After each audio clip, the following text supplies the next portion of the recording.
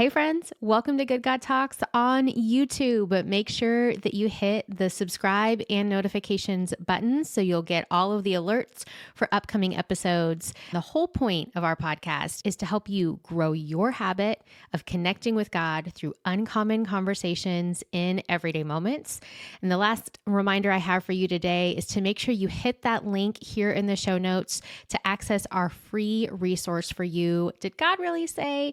To help you practice listening to God speak. And with that, let's jump into today's episode.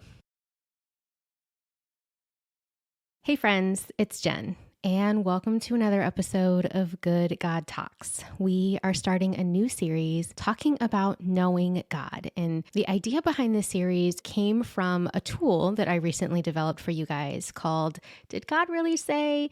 Looking at how we can weigh what we're hearing, holding the word up to the light of the Bible, God's written word, to see if it lines up with scripture and if it lines up with God's character and nature as outlined in scripture.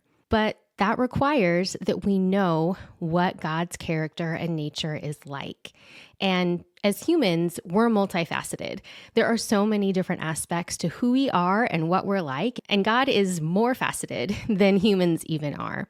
So I wanted to take this series to talk with God through some of the key aspects of who he is and what he's like. And it feels important to me that we start with this first core understanding about God, that God is beyond understanding. And I know that that can feel frustrating as we're wanting to get to know him, as we're wanting to understand, but I come with hope and encouragement. God is beyond understanding. That is true. We're going to look at several passages of scripture that can provoke wonder and worship and awe in us as we consider how far he is from our own intellect and understanding, how much greater his ways are and how different he is from us. And also at the same time, it is true that God comes near to us. He invites us to know him more, to abide in him, to trust him beyond our own understanding. He says he and the Father will come and make their home with us. But that doesn't make God less than who he is. It doesn't make him figure outable. And that's a good thing. And so I'm going to start by reading verses 1 and 2 of Isaiah 55, because at the onset, these verses don't make sense. It says, "Come, all you who are thirsty, come to the waters, and you who have no money, come buy and eat. Come, buy wine and milk without money and without cost.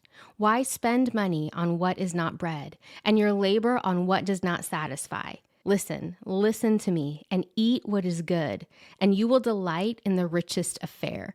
And I wanted to start here because those verses sound contradictory to each other.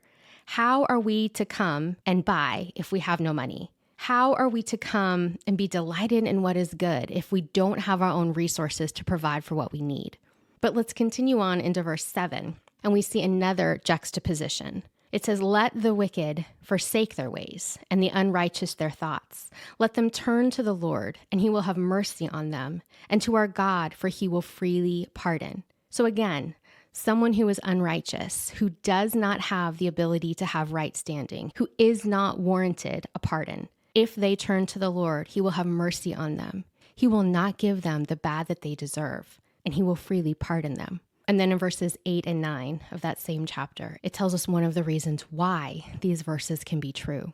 "For my thoughts are not your thoughts, neither are your ways my ways, declares the Lord. As the heavens are higher than the earth, so are my ways higher than your ways, and my thoughts than your thoughts." God is not limited like we are limited. God does not think or act like we think or act. His ways are higher and greater than ours. In Psalm 145, verses 2 through 3, and then verse 5, it says, "Every day I will bless you and praise your name forever and ever. Great is the Lord, and greatly to be praised, and his greatness is unsearchable. On the glorious splendor of your majesty, and on your wondrous works I will meditate." See, his works are worth meditating on. They're worth dwelling in, but his greatness is still unsearchable. And then Ecclesiastes 11, verse 5. "As you do not know the way the Spirit comes to the bones in the womb of a woman with child, so you do not know the work of God, who makes everything. And then Job 26, 7 through 14. God stretches the northern sky over empty space and hangs the earth on nothing. He wraps the rain in his thick clouds, and the clouds don't burst with the weight. He covers the face of the moon, shrouding it with his clouds. He created the horizon when he separated the waters. He set the boundary between day and night. The foundations of heaven tremble. They shudder at his rebuke. By his power, the sea grew calm. By his skill, he crushed the great sea monster. His spirit made the heavens beautiful, and his power pierced the gliding serpent. These are just the beginning of all that he does, merely a whisper of his power. Who then can comprehend the thunder of his power? Our God is beyond understanding. I hope these verses prompted awe for you. Even as we read Psalm 145, and the psalmist said, "Every day I will praise you." Meditating on God's unknowableness, his unfigure-outable nature, can lead us to draw near to him and can foster our relationship with him. And here's our question. God, what's an aspect of your unknowable nature that you want to captivate me with today? Have a good talk.